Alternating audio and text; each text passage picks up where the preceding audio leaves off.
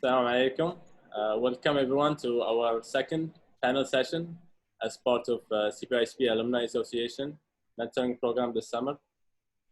We are very excited about today's session, and I hope you are as well. We have a very diverse group of panelists ranging from group 2 all the way to group 19.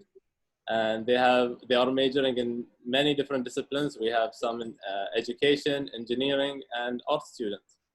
So I'm the moderator for today's session. And my name is Ahmed Bardouri. I work as a process engineer with Babco, and I am the vice president of CPISPAA.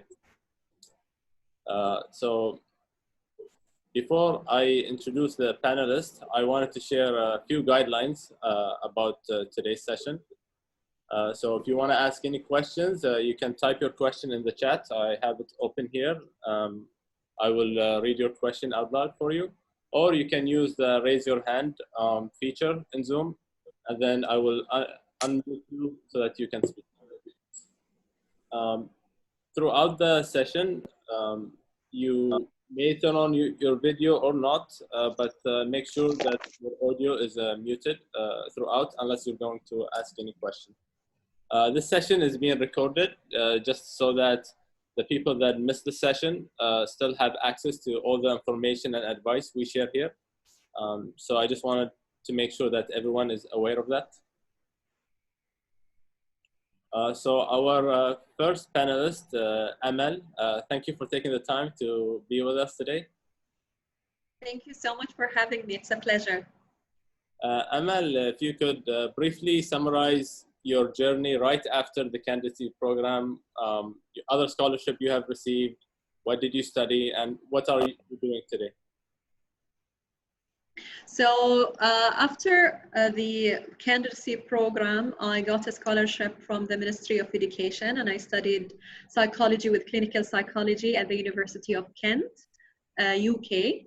To be honest, if I would say which life experience or life decision that really had a huge or the biggest impact in my life, this was it.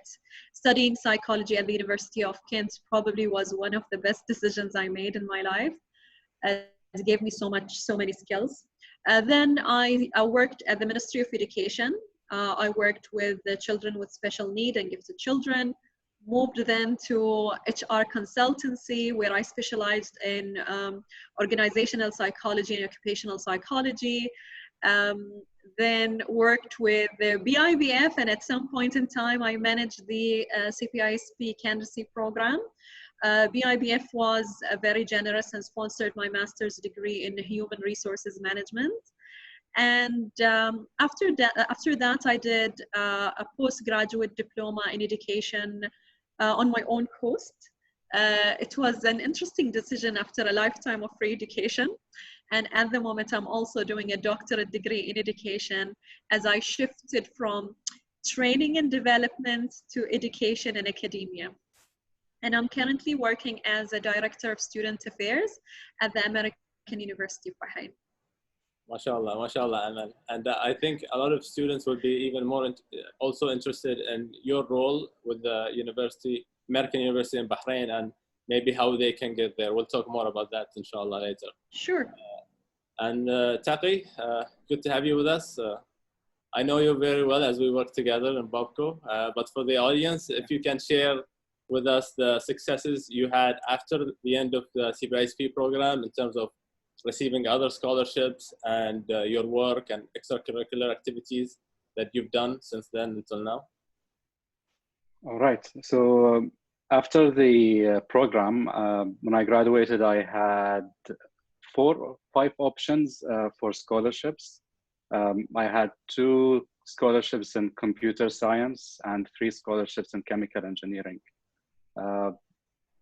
Not all of them were full scholarship. I had some partial. 2 of them were full scholarships. And then I decided to go with Babco scholarship for chemical engineering. And I studied at Newcastle University, UK. I did my master's there as well, on Babco as well. I came back, and then in 2017 also, I started working with Babco, of course, as part of the contract that we had. If Babco requires me to work with them afterwards, I have to work with them the same period that I have studied. So I started working with Babco, and ever since I've been there, I worked in different groups in the same department as you. And that was my experience with Babco so far. In 2017, I started with a couple of young engineers. We started the Bahrain Chemical Engineers Society, which is similar to the, we have similar goals to the American Institute of Chemical Engineers and the International Chemical Engineering Institute in the UK, ICHEME and the AICHE. So we started that in Bahrain, and we have been going strong ever since. That's excellent. It's funny, in US actually, AICHE, we call it AICHE. AICHE. AICHE, yeah. And last but not least, our youngest panelist, Zain Ali. Zain, you took a very interesting and, in my opinion, very brave decision after the end of CPISPAA program. Could you share with us how did you arrive at that decision, and what are you doing today? Yeah, I took a less conventional route than usual. So I'm Zain Ali. I'm from the group 19th of CPISPAA. So that's about 2-3 years ago. So I'm, as Mohammed mentioned, as Ahmed mentioned, sorry. I'm the youngest of the group, so I have a fresher outlook, and I can relate more to the participants today because I've been in your place just 2-3 years ago. And what I did after CPISPAA is I took a gap year to study language, to study specifically French, and then I went to art school in Lyon, France. And I currently specialize in design, and for my master's, I plan to specialize in animation and cinema. And for how I came to this decision, I had a lot of opportunities after I graduated, which is something I'm going to touch upon. It's very important to have several options and to keep your mind open after you graduate. But none of them really felt right. Like, I had the traditional choices of going to Bahrain or going to UK or going to the US. I had my acceptances from those universities, but they didn't feel right. Like, I didn't feel comfortable with those options. So I talked to another CPISPAA candidate who went to France, who ended up studying in France, who graduated from the group 12th or group 13th of CPISPAA. And she basically took me under her wing. She told me what education is like in France. She walked me through the steps, and that's how. And she gave me a general background of what university and student life is in France, and that was what I felt most comfortable with. And I've also been going to France for about 5 or 10 years now, like every year. So it was an environment that I felt very comfortable in, and I felt very secure in. So that's why I ended up choosing to study in France and taking a gap year as well, just to reinstall myself and learn the language properly. Yeah, thank you, Zain, for sharing that. I think this is part of the reason why we're running this session. It can be so helpful to have someone that been in your journey before and listen to their experience and advice. And from my understanding, that's what you had with the CPISPAA person you met from Group 12. I just want to remind the audience that we have a poll that you can answer the questions. There are 2 questions basically. Are the guidelines are clear, and which topics are you most interested in discussing today? So the topics that we have and planning to discuss are the CPISPAA candidacy program, finding other scholarships, studying abroad, applying to colleges, and we will end with general questions if you have any, and then we will try to end with a last advice from our panelists to the people currently in the program. Okay, so let's get started. I will come back to you, Zain. what experience in the CPISP program that you think was most helpful for you when you came up with that decision to take a gap year? For me, what was most helpful out of CPISP to take a gap year is that I think one of the advantages of CPISP is networking and getting to know other students from other schools. So you kind of get to know their perspectives and their plans and like their future plans and their ambitions. So I talked to other students and I found out what they wanted to do. And I found 2 or 3 others who were also considering a gap year. So that gave me some confidence to look into that and to look at my option in taking a gap year instead of jumping into university. So I think that was something that helped me, just getting to know other students, getting to know other perspectives, and escaping your own bubble and your own priorities and your own ambitions. I mean, I totally agree. A lot of people that I met through the program, I'm still in touch with, and I think that's a big part of the candidacy program. It's everyone can gain. To you, Amal, what do you think are the additional benefits as a result of the scholarship, aside from the networking part? So I think what you get out of the program is depends a lot on your own objectives and also your own background. Coming from a government school background, getting into the program gave me a lot. It made my transition to the British system, or an educational system where English is the medium of communication, much easier, I must say. Also, because I was in a government school, being in the same classroom with boys was quite different for me, and I felt that experience made it much easier for me in terms of the social shift that I had to make. I think one of the most important things that you get out of the program is to realize how amazing are Bahrainis, how amazing are those other students. And I think it's on a personal level, going through the candidacy program made me very humble and very modest, because at that point in time, I really thought that I was the smartest person there is. And honestly, I met people who are amazing, who are very smart, who are intelligent and gifted in different ways. And it made me become more humble, but it made me realize that every one of us is very special and every one of us has a gift. And we just need to hold on to what is special about us and believe in ourselves. It's great that there are people who can get an 800 points in SATs, but it's also great to be an artist or to be able to write or do other things. I agree. And we here want everyone to succeed. And that's, again, part of why we're doing this. We want to make sure that we provide you with the tools and advice that you need during this time. Taqi, you've been in the program not so long ago. So 10 years. I want to ask you, what would you have done differently during the candidacy process, if you would have done anything differently? That's a difficult question. I think I would have worked harder for it. Not only that, I had two problems that time.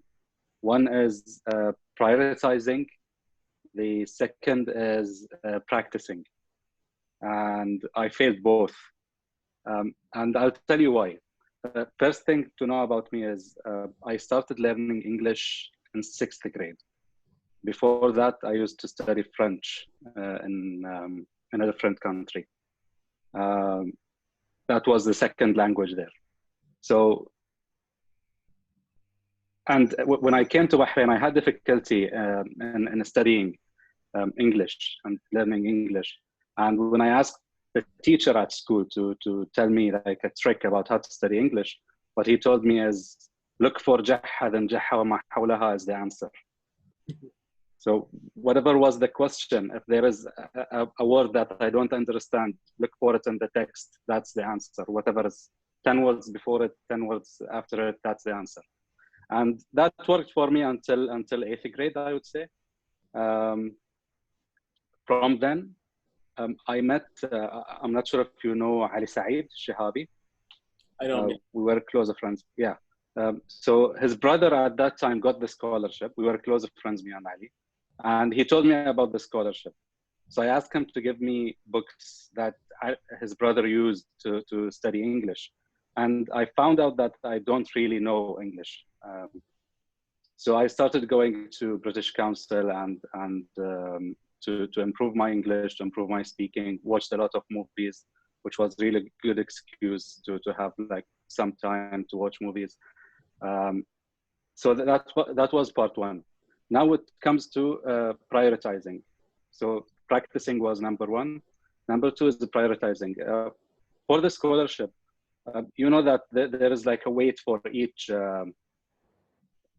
category. For IELTS, you have 25%. I'm not sure if it's still the case now or not. But at that time, we had 25% for IELTS, 25% for SAT Maths. Now, I studied very hard for SAT Maths. But if you look at it, what 1% is equivalent to for SAT Math compared to 1% is equivalent to an IELTS, you will find that 0.5 difference in IELTS weighs much more than 40 degrees difference in SATs. So that's a prioritizing. Just select what do you want to study more, even if they are both 25%. Just select the thing that will weigh more in your advantage when you do your studies. So I concentrated on SAT Maths. I scored good, but still, that wasn't the priority for me. And we had one more thing, which was the portfolio, but I'm not going to talk about that because you don't have it now. Yeah. Taqi, I can totally relate with you in regards with English. Similarly, I've didn't really speak very well until late. And what I had to do is similar to you, I had to take courses, English courses outside school. And again, similar to you, I listen to music and watch a movie as an excuse of improving my English. But yeah, the public school system, I think when it comes to English language, doesn't really give you the support, but that's not an excuse. You should also go outside that system to learn more. I mean, we should all be proud of our language and speak Arabic, but it's unfortunate that, I mean, the English language is dominant and you kind of really need it in the workplace and as well as in college. I like to believe that it's different also now with Netflix and the way of communication between kids. It's now really different, and YouTube and everything. So English would be much easier for them. So again, it's about prioritizing. Right. But you shouldn't forget your main language, Arabic, right? Should always know how to speak it. Moving on, Zain, I just want to shift the topic back to applying to colleges. So how did you know about French universities, and how does the tuition fees there in French universities compare to Bahraini? I first got introduced to French universities when I went to the embassy, because when applying to university in France, there are 3 ways that you can take. You can either go with Alliance Française, because if you take Alliance Française for like an extended amount of time and you reach a sufficient level in French, they can offer you a scholarship to go and study French in France. And then from there, you can go to uni. The second option is contacting the French embassy, because they have like a cultural center there and they can help you with choosing universities and choosing different paths. And the third option is Education Zone. So I contacted French universities. That was the path I took. I met up with their cultural services. We talked through my options. I picked a language school to go to, and I went to that language school for my gap year.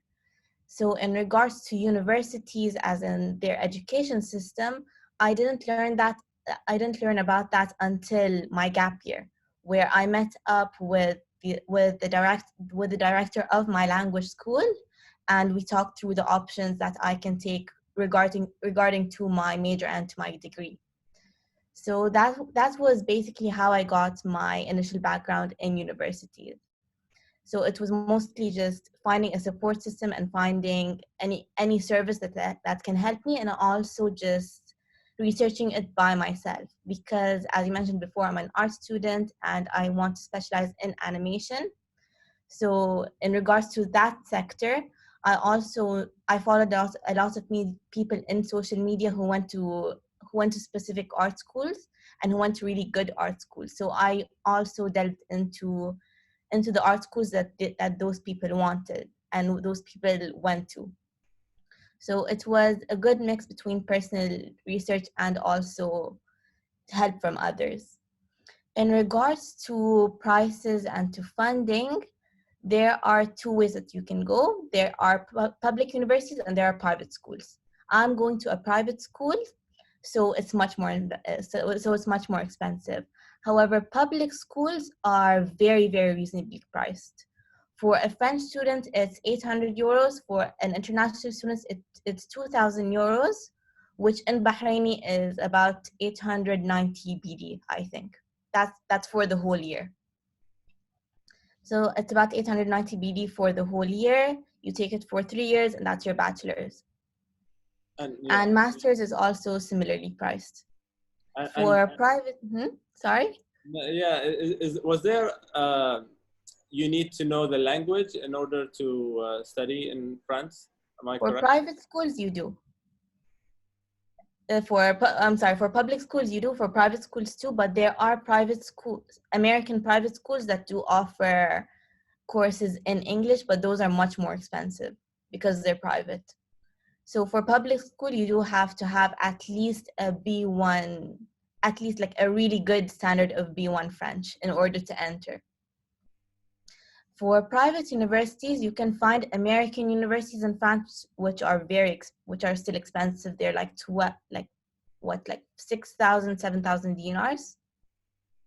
Or you can find French private universities where you go speaking French, and those range from 8,000 euros, which in BD is about 3,500 dinars.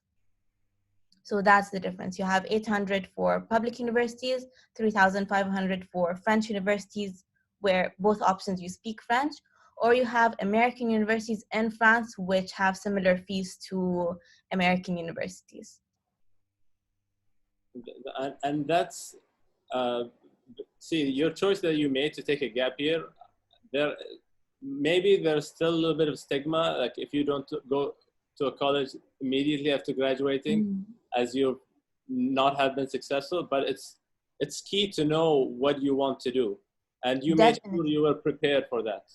Definitely. I think especially because I need all the applicants to understand you're 17 or you're 18. You're very young, and you're basically loaded with this pressure to pick what you want to do with your future right now, which you don't have to do. And we kind of have to get ourselves away from the stigma, because this is something that I learned from my gap year. This is something that I learned when I went to language school, because my language school was very international. It had Asians, it had Americans, it had Latin Americans, it had Europeans. It was very, very diverse, not just in terms of culture and origin, but also in terms of age. So I went to school with people with adults. I had people who were coming there to study for their masters. I had people who were there I had someone in my class who was 60 or 70 years old. Like, people, it's never too late to reevaluate your life or to take a break from your life. You can always do that. And the other students I met from my age group were all taking a gap year, and it was very natural for them to take that gap year. There was absolutely no stigma. So you're gonna understand that taking a gap year is a very normal and acceptable thing to do. Yeah, and I totally agree. I took, for example, not gap year, but 2 years. After graduating high school here, I went to a boarding school for 2 years. So, and I thought that was a very helpful experience for me to develop and grow myself individually before going to college. I felt I really had an advantage over the other college students at that time. So sometimes taking a time off to prepare yourself better is it's actually a very good idea. Taqi, just shifting from France to Germany, I know that also German universities offer similar financial aid to France. Do you have more info on that? Yeah. Yeah, my brother actually studies medicine in Germany, and if you learn the language, then the education is free in German universities. So you have to go there, study German first, 1 year, I think, as well, same as what Zain did, and then you can study there for free. There are some like living costs and etc. Like you will need to know more about them. I don't know. I have no idea about them. But if anyone is interested, you can contact me. I'll connect them with my brother.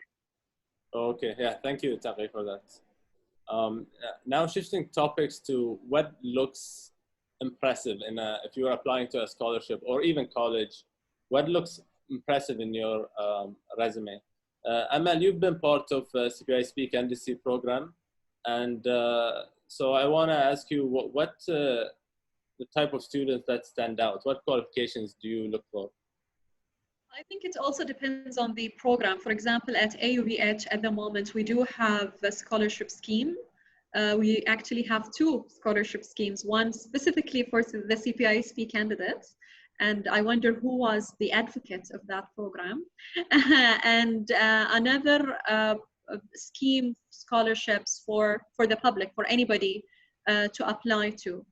And because it's an American university, what we look at is what did the student do beyond the classroom, the extracurricular activities, the sports, arts, music, giving back to the community. We look at those things because what we're looking for is somebody who's going to add value to the student body, somebody who's going to be an ambassador for the institution. We do have a minimum GPA requirement just to ensure good academic standing, as we say in the American system. But what we look for is a person who is creative, who's willing to engage in the student life and the student experience. Other universities will be looking for different things. Most of universities who follow a British system or who are in Bahrain would focus more on your academic achievement. I would say that although the number of scholarships that are offered by the government or that are offered for students to go abroad is decreasing, the number of scholarships that are offered by universities inside Bahrain is increasing. And there is also another factor that I think is very important to realize is that 20 years ago when I was at school, to get an international qualification or degree, you had to go abroad.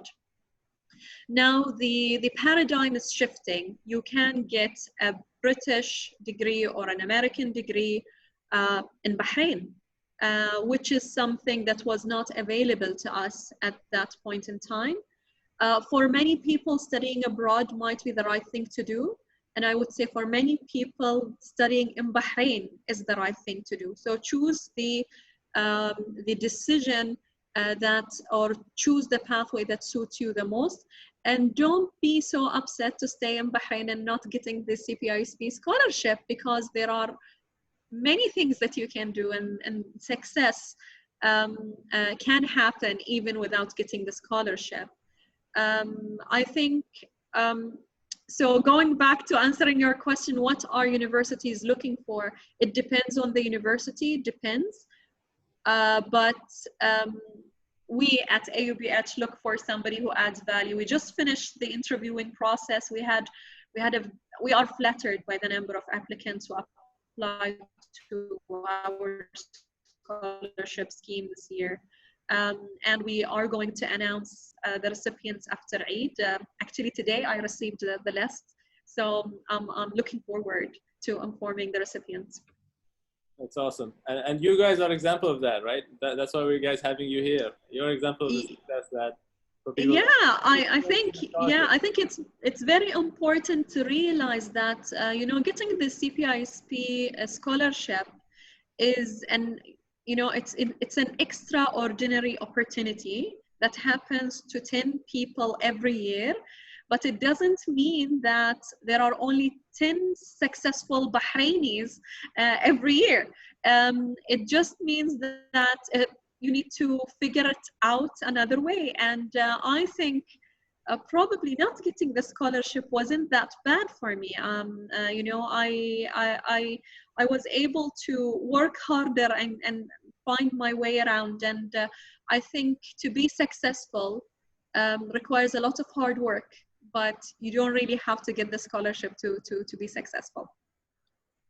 I totally agree. And coming to that, I just want to remind the audience that if they have any questions, they can ask them either in the chat, or you can unmute yourself and speak up if you have any question. Oh, I have one coming up for Taqi.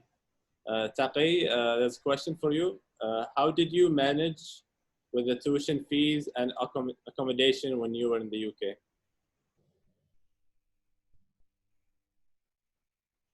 Taqi, we can't hear you. Can you hear me now? Yes. Hello? Yes, yeah.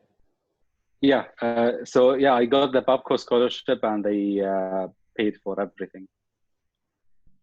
That's a simple answer. Tuition and like accommodation, yeah. Okay, any other questions?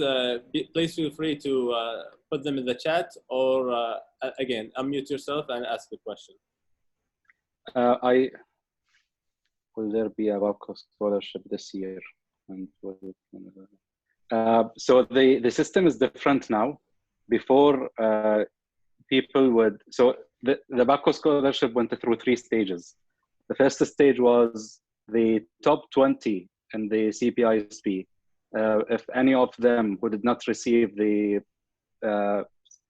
Crown Prince scholarship and is interested in the PAPCO scholarship, he can go there. Then it moved to any Bahraini who gets 96%, I think, or 95% GPA or higher can apply for the PAPCO scholarship. But now you just write in the list that is provided to you from the Ministry of Education that you wish to apply for the PAPCO scholarship. And then from the Ministry of Education, they will send the list of candidates to PAPCO. Yeah, the system has changed now. It all goes through the Ministry of Education. Amal, going back to the American University in Bahrain, are there any opportunities to go for 1 year abroad or study abroad, student exchange? Definitely, this is exactly what we're working on. First of all, let's realize that the American University of Bahrain is 1 year old. So we opened in 2019. It was a very, very interesting year to launch the university. It's an exciting project, and I do believe that it has great potential, this university. And we're working at the moment on a partnership and forming a partnership with an American university.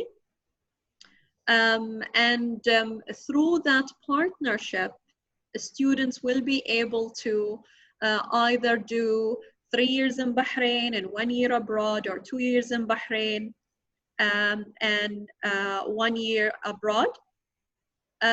So those opportunities are available and possible.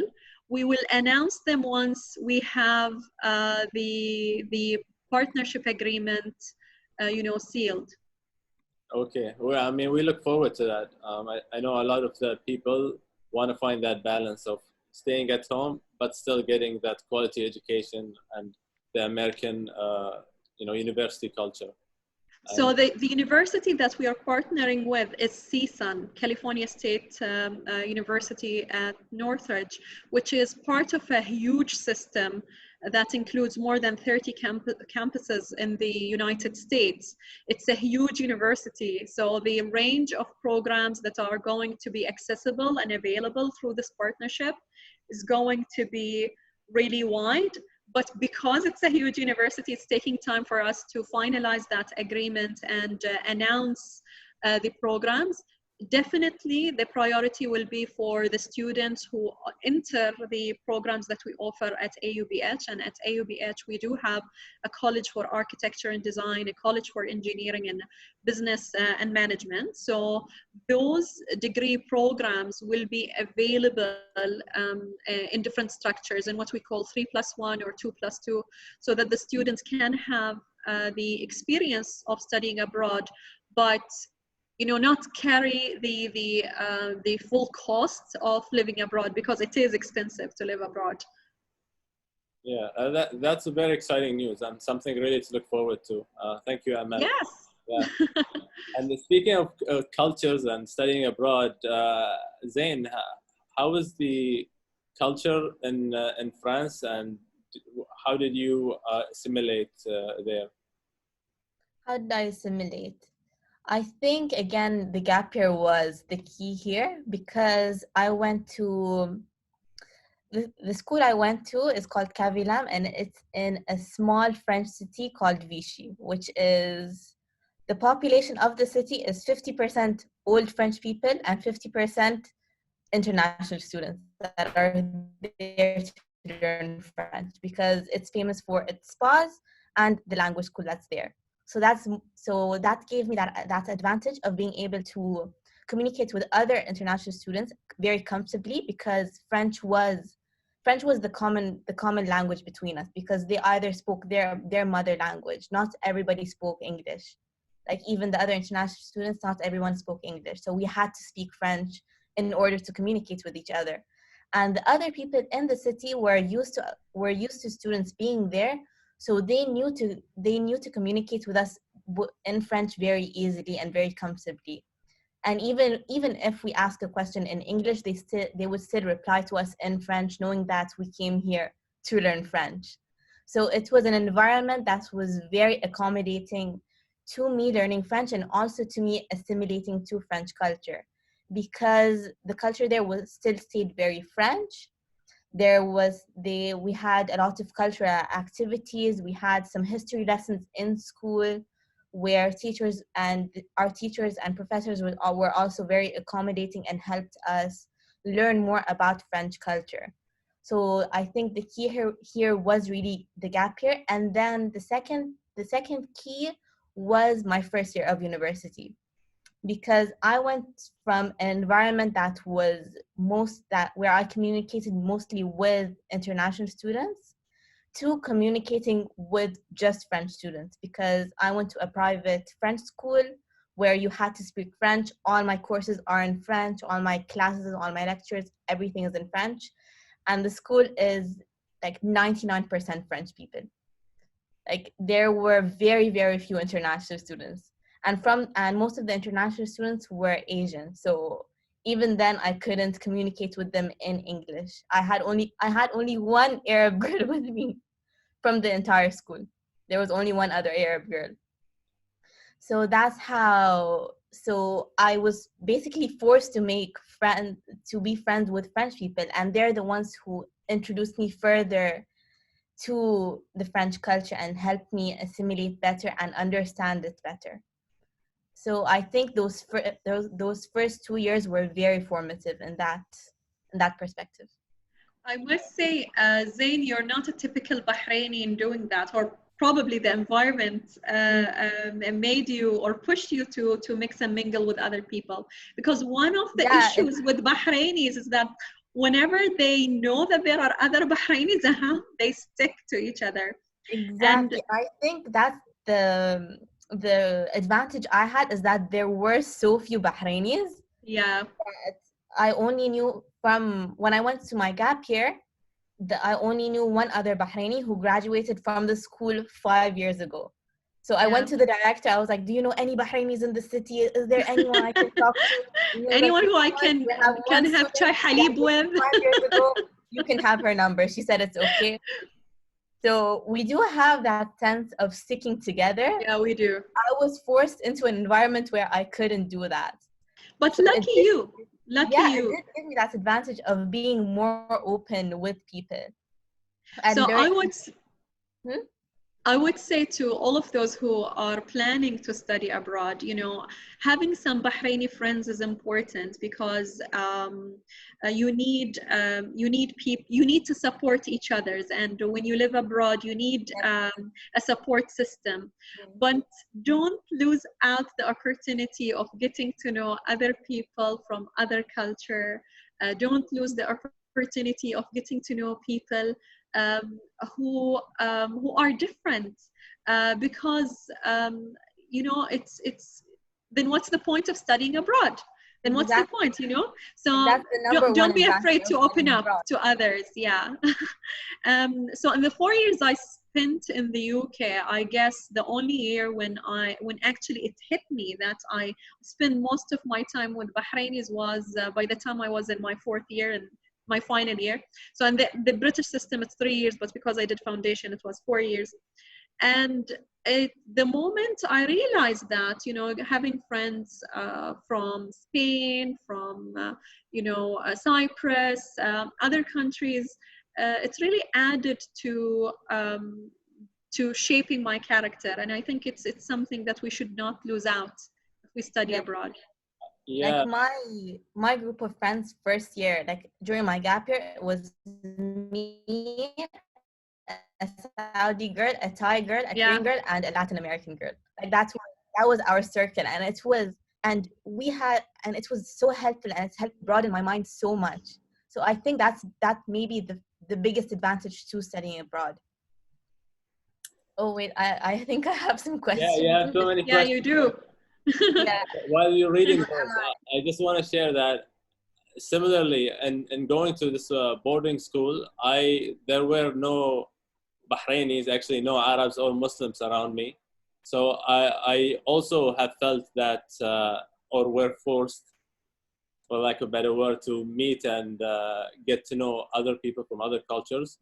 But it was great at the end. I got to know, a lot of people, and got to learn more about their cultures, their values.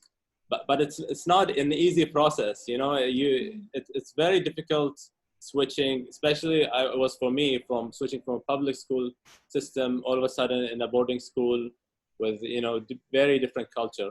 But the key is just not to feel down and always be positive that things are going to get better. And I think that worked for me. The only time I would speak Arabic was actually through Skype calls with my family, and that was it. But it really helped me improve a lot, grow my character, and looking back, I really, really appreciated that experience. And I guess now, Zain, if you want to answer some of these questions. Yeah. I also want to add to your point that the most important realization I had during my gap year is that we're all the same. Everyone, like no matter your culture, no matter your religion, no matter your background, we're all the same. Like in the simplest of ways, all of us are the same, which I think was a very, very important realization for everyone to go through. So what am I planning to work in France in the future? Hopefully, yes, that depends on my master's, because for my master's, I'm either going to stay in France and continue working in France, or I'm also looking at options in the US, because there's a school that I'm very interested in. But probably I will stay in France, and I will continue working in France until I can build my own platform and like build my own name there, because I am going to specialize in animation, which doesn't really exist in the Middle East. Like the major doesn't really exist, or the market still doesn't exist here. So I want to build my name in France, and then once I have enough credit to my name, I want to bring back the market to Bahrain and build up my own market here. So I did have offers to go to other universities, but I decided to take a gap year instead. I think the reason was that I was loaded with a lot of pressure mentally and a lot of stress after my last 2 high school years, because I did take the IB program. And I don't know if Zaini mentioned this before, but I took 7 subjects in IB. So I was too stressed out. I was too stressed out. I was too tired. I had way too much pressure on me that I couldn't. Imagining myself going through that pressure again I didn't think I can go through that again. So my parents were fortunately very supportive. They were extremely supportive when I said I wanted to take a gap year, because they saw what I went through during those 2 years. So they were extremely supportive of me when I went and told them that I need to take a gap year. I want to rest myself mentally. I want to learn another language. Because also another thing that I have to say is that your mental health is عضية very كورد. Sorry about that. Let's see. Okay, uh, yeah, I need to say that mental health is very, very important. And also, if you're planning to take a gap year, don't do nothing. Don't just stay at home. Don't just be like, okay, I'm going to stay at home and take care of myself and just, live my best life. Do something during that gap year. Like, I went to a language school. I took advantage of my gap year to learn another language. I started from A1 and I got to a C1 in French. So do something with yourself during that gap year in order to prove to your parents that you deserve it and that you need it. What am I majoring in? I'm currently taking fundamentals of art, and then I'm planning to specialize in animation, specifically 2D animation and experimental animation. And what other do universities in Europe like France prefer, full IB candidates or half IB candidates? Usually they prefer IB candidates. It doesn't really matter if they're full IB or half IB. I think full IB is better because you have an international diploma. But in case you don't have a full IB diploma, you can send your high school degree to the Ministry of Education in France for them to authorize it and say that it's equivalent to a French high school diploma. Sorry. So that's if you're planning to do to France, I'd highly recommend that you go and authorize your high school diploma. The difference between that and taking IB is that if you have IB, you don't have to go through that process because you have an internationally recognized diploma. Yeah. Just a general question. I think I want to go back to Amal bin Taqi and come back to you, circle back to Zain.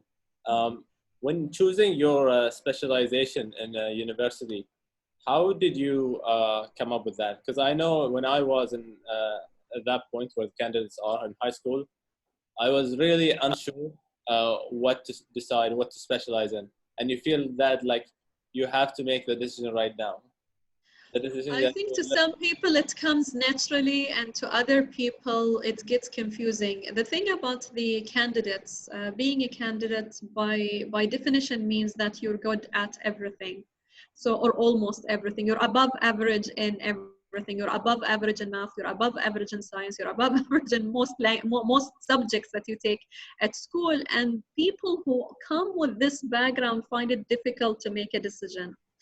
I would say that always go with what you're passionate about, with what you enjoy. I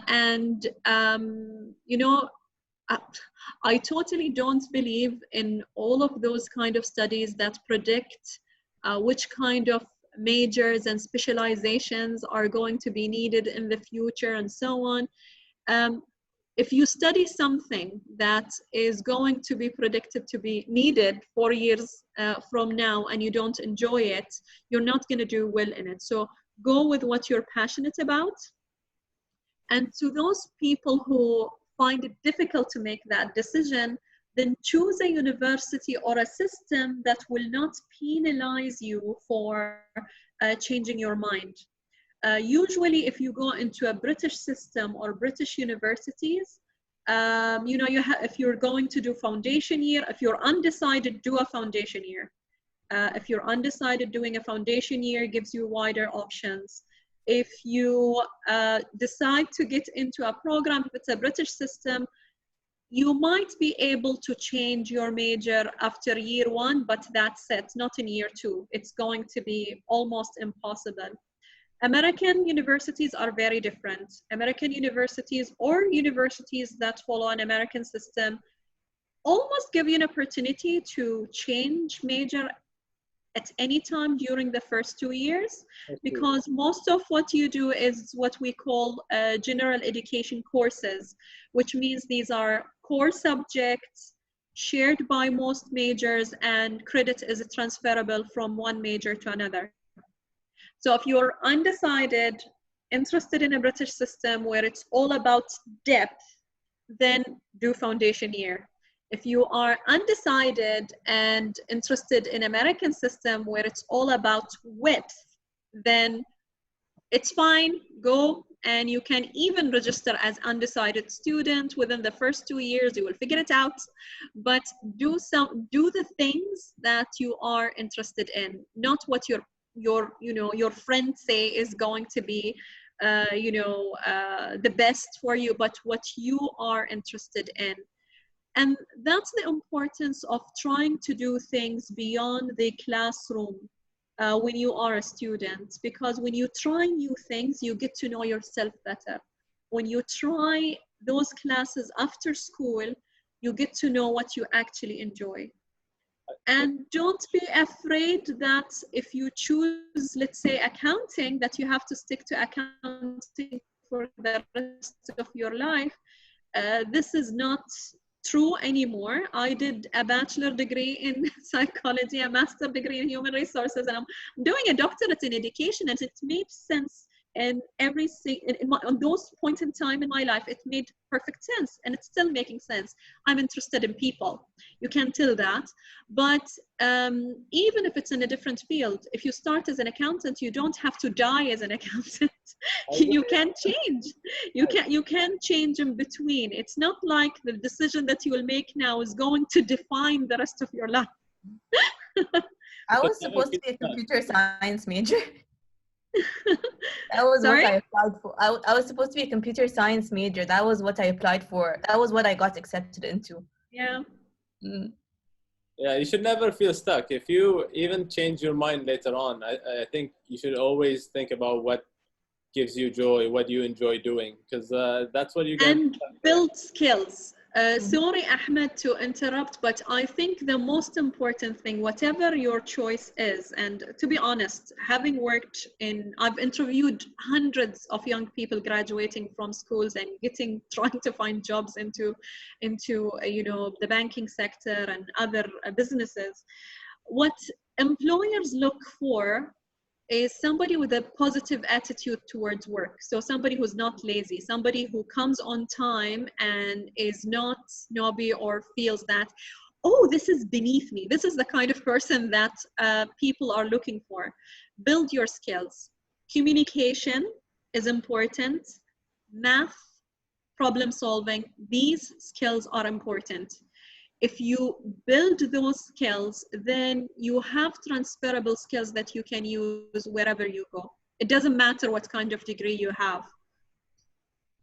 Yeah, I agree with that. And Taghi, what are your thoughts? How important is the mindset in what you do? Especially, I mean, like Zain touched It is, the mindset yeah, and mental health. it is quite important. Actually, I had two choices. The main choices, as I said, was chemical engineering and computer science. And the scholarship which I had I am passionate about computer science, about programming since I was in high school. But the main reason why I chose chemical engineering was because I was good at it, and because on the short-term basis, that scholarship would have given me more money. So your decision could be even materialistic instead of like passion-wise. And as you know, I'm still passionate about coding and programming, and I'm utilizing my skills in the chemical engineering field now. So yeah, it doesn't stop you from applying your passion anywhere you go. Yeah, these are the basic skills. It's something you're good at. Right? These are the basic skills. Like even for chemical engineering, we still need these coding to simulate our models and processes. Yeah. We have questions in the chat. That's a quick question for you, Amal. Does AUB offer medicine? Yeah. So basically, in terms of the scholarship, I am assuming you're asking about the AUBH scholarship. The AUBH scholarship criteria is available on our website. So we look at GPA, a portfolio of achievement, a personal essay, interview. We look at more than just the grades. In fact, the GPA is just 10% of our evaluation. But the CPISP process or selection is up to the CPISP, and also the evaluation process is posted on their website. So if you would like to know more about our scholarship, you can go to aubh.com and you will .edu.bh actually, and you will find out about our scholarship. I'll be more than happy to post the links to our website and to my email if you have more specific questions. Before we end, we're getting late and almost it's going to be 6. I want to ask Taghi one question that one of the audience asked actually in the sign-up form. They're asking, what are the things that you wish you would have done after getting your degree to prepare for an engineering job? Can you ask the question again? Yeah, they're asking about what do you wish you have done while you're still in university to prepare yourself for the engineering job. So would you have done anything different in the university, taken more internships? In the university itself, in preparation for the job, nothing prepares you for the job. That's number one. That's true. And even if you go to one job and you become used to it, moving to another job will also be different. Every company has its culture. Every company has its way of doing things. Each department, as you know, Ahmed, you move departments. Each department in the same company is different. So there is nothing that I would have done differently to prepare myself for the job. Yeah. Now, what I would have done when I was in university differently, I would have joined more societies, and I would have done more exploring in the area. I would have enjoyed myself more. I am not saying that I did not enjoy. I traveled a lot, but again, and I went to different societies every year. I did parachuting, I did skydiving, etc., etc. And I chose one society every year, but I would have done more. That's what I would like to do if I went back to university. But in terms of preparation for the job, nothing prepares you for the job. Right. I totally agree with that. But just going back to something Amal mentioned, I think the basics, so your writing skills, your computer skills, these basics can help you in whatever job you do. So yes, these are the building blocks, I will say. So if you have a strong building block, I think you will perform strongly in what comes next. And it also goes back to your passion and you enjoying what you're doing. So I know, Taghi, you love chemical engineering now. You've shared with me how much you enjoy going in Babco and working there. So that joy gives you the passion to continue and learn more in the industry. Reem has a question. Yeah, you can unmute yourself and ask your question, Reem. Hi guys, I prefer to speak because I don't know how to explain while writing or texting. So my question is, I don't feel that I have anything, like I'm not passionate about anything educationally. Like I'm passionate about like sports and stuff, but in like educational stuff, I'm not passionate about anything. Like I prefer stuff like more than stuff, but there isn't something that I find that's my passion. That's something that I want to follow for the rest of my life and stuff like that. So does that make sense? Like, Yeah, It makes do total something sense, you're good and I at. will say it's totally Very normal. normal. Rain. Nobody expects you to have a passion. But So- let's start with Amal and then go Zain and Tariq. Go Amal. So basically, Reem, this is you represent most of the people I meet on daily basis. So students come to us saying, we don't know what we want to study and we don't know what is right for us. I would say, first, you said that you're passionate about sports. You need to ask yourself, how serious are you about sport? Are you serious enough to take it to a professional level, just like Zain, serious enough about art to study art? Are you that passionate about sport? Or do you look at sport as something that you would do in your afternoons when you're free? If the answer is the second, if the answer is, you know, I'm interested in sport, but I don't want a career in sport, because there are degrees that you can study in relation to sports. actually, it's not like any sports specific, but it's not like so like vibrant in Bahrain. So I think you're a physical person. You like to stay active. I think probably this is how you look at yourself. I guess I'm like my skills, like my life skills, are really better than my educational skills. Like I'm not that good.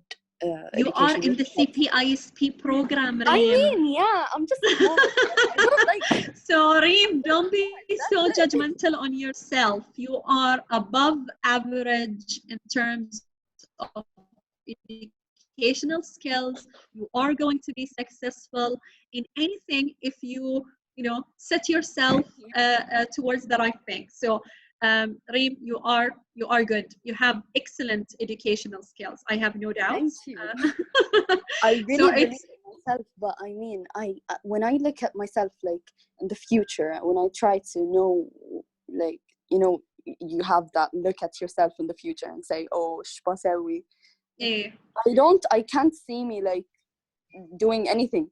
It's the thing that we all felt. And I can definitely say I was in that position. And I've enjoyed playing soccer like most Bahrainis, and I've played, for example, in my school. I played also in university, but at the same time, you don't have to put yourself in a box of what you're gonna do as a job. What I did at the beginning is what subjects I like taking. I took it step by step. So I enjoyed taking math classes, for example, and then I enjoyed chemistry. So it started like that. And then I ended up deciding doing chemical engineering. So you don't have to decide exactly what specific job, because you can like even football coaches. Some of them have graduated in engineering or something. Something like sports specifically, you don't need, in my opinion, to major in it very early on. Really, it can be. I guess I can't like study sports or something because, as I told you, it's not like really like not everyone knows my sport أصلاً. But the idea that أنا أحس أبي يكون like something beside like educational stuff or beside that sports stuff. But أحس that will be so so pressuring. No, ما أعرف. Trap yourself in a box, يعني. You will because we're running out of time, Reem. I would highly recommend that you either. I'll be more than happy to talk to you if you want to talk to me. So I'll put my email and you can email me, and maybe then we can chat sometime. But I think what you need to do is to do a self-evaluation. There are actually psychometric tests that can do that if you want to do one of these. We cannot answer this question at this point. About me. But it is about trying to understand who you are. I guess I did that. Like I made. Oh, sorry. No issues. But I just want to make sure we move the session. I think this is Oh, something okay. we definitely want to help you with. So if you can reach out to Amal or Zain or Taqi or even myself, I mean, our emails in that in the email we sent out. So you can definitely email us and find a time we can talk. We'll drop our personal information. Go ahead, Zain. We'll drop our personal information in the chat in case anybody wants to contact us directly. Okay, and I just wanna, before we leave, Ahmed Al-Hamari, I promised him I'll let him ask his question. So, Ahmed, if you're with us, you can go ahead and ask your question. Or type it. He typed his question. Research what chemical engineering does. What do you do as a chemical engineer? Wow, that's a very broad question, Ahmed. Chemical engineers do everything. You can work in the food industry. You can work on simulations on a PC. You can work in the oil industry, in biochemistry, in biolabs. Pharmaceutical, Pharmaceutical production. It's the widest major that is there in the world. And it's the most diverse. Yeah. And you can even take a master's in economics afterwards and go to banking if you want. Yeah, chemical engineering is about the way of thinking. It's not about the major itself. This is one thing that I like about chemical engineering. If anyone is interested, I'll talk to you more about it. Since I'll just add one more sentence before we leave, because I've seen in the poll results that finding other scholarships was the most wanted thing. As I told you, I've got several offers from different universities in the UK, in the US, and in Bahrain, and in Qatar, full and partial scholarships. And the way I manage that is, remember that you are the 60 most talented people in Bahrain, out of how many students graduating every year. You're like the elite 1%, the billionaires. So sell yourself to the universities. I sent emails to all the universities that I am in the CPISPAA program and I have achieved XYZ. What scholarships do you offer? And I've got email replies from different universities. Sell yourself the best way you can, and definitely there is someone with a lot of money somewhere who wants to pay for your education. Yeah, I agree. And before we end our session, I want to thank our panelists. Thank you, Amal. Thank you, Zain. Thank you, Taqi. I think this was very helpful and useful for me as well, not just the attendants. And I hope they found it useful for them. I want to make one announcement before we leave, is that as part of the CPISPAA mentoring program this year, we have also one-on-one meeting with CPISPAA alumni and scholars. We have sent you a sign-up form for you to fill.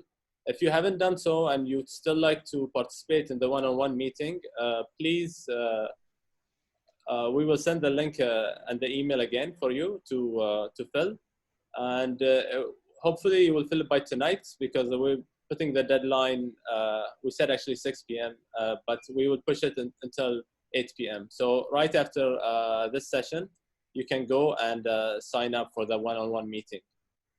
Thank you all for attending. Thank you, Amal, Zain, Taqi, and it was a pleasure having you in the panel. See you in the future, hopefully. Inshallah. Thank you so much for the opportunity. See you next week, Ahmed. Bye.